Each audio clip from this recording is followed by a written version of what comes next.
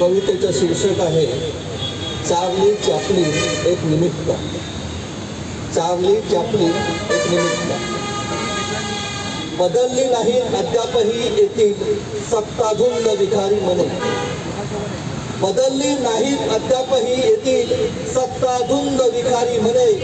शतकोत्तर वाटचाली नंतरही जन्मलाय नवा कांत नव हत्यारांसह माणसांच्या चांगुलपणा विरुद्ध.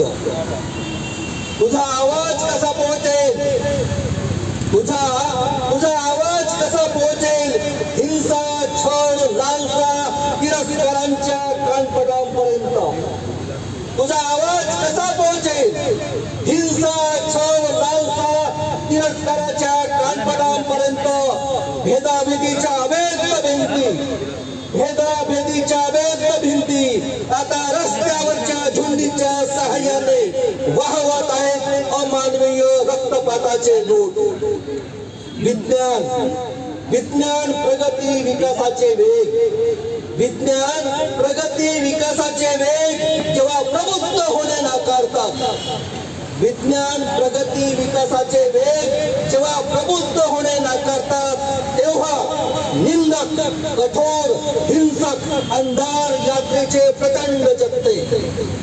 विज्ञान प्रगती विकासाचे वेग जेव्हा प्रबुद्ध होणे नाकारतात तेव्हा निंदक कठोर हिंसक अंधार यात्रेचे प्रचंड जगते.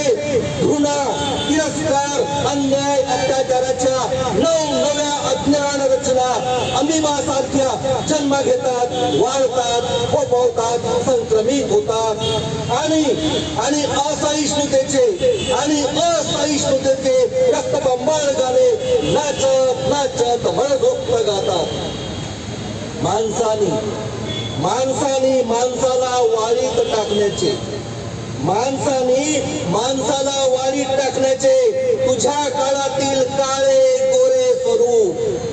माणसाने माणसाला वाळीत टाकण्याचे तुझ्या काळातील काळे गोरे स्वरूप आता थोडे बदलले असले तरी जात धर्म वंश लिंग प्रदेश भाषा याखेरीज अनेक अदृश्य अनामिक अस्पृश्यतेने मानलेला पाशवी छळ मी कसा सहन करू.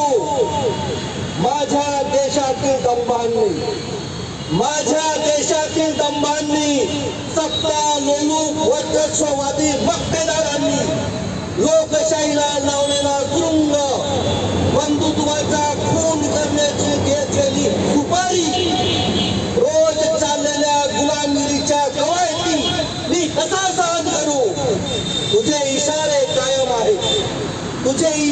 कायम आहेत अजूनही येते तेच चित्रपट नव्याने निर्मिती होत आहे.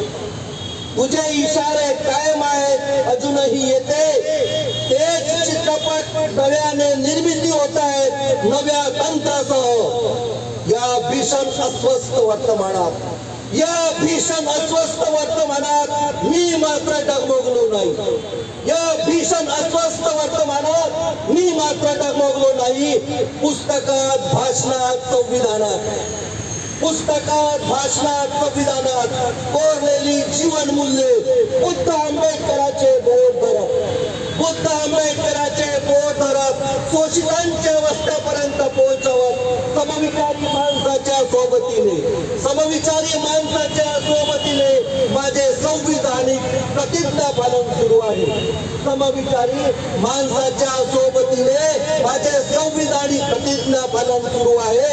भारत माझा देश आहे, माझ्या देशावर माझे प्रेम आहे. भारत माझा देश आहे, माझ्या देशावर माझे प्रेम आहे. मी प्रथमतः अंतिमतः भारतीय आहे. जय भीम.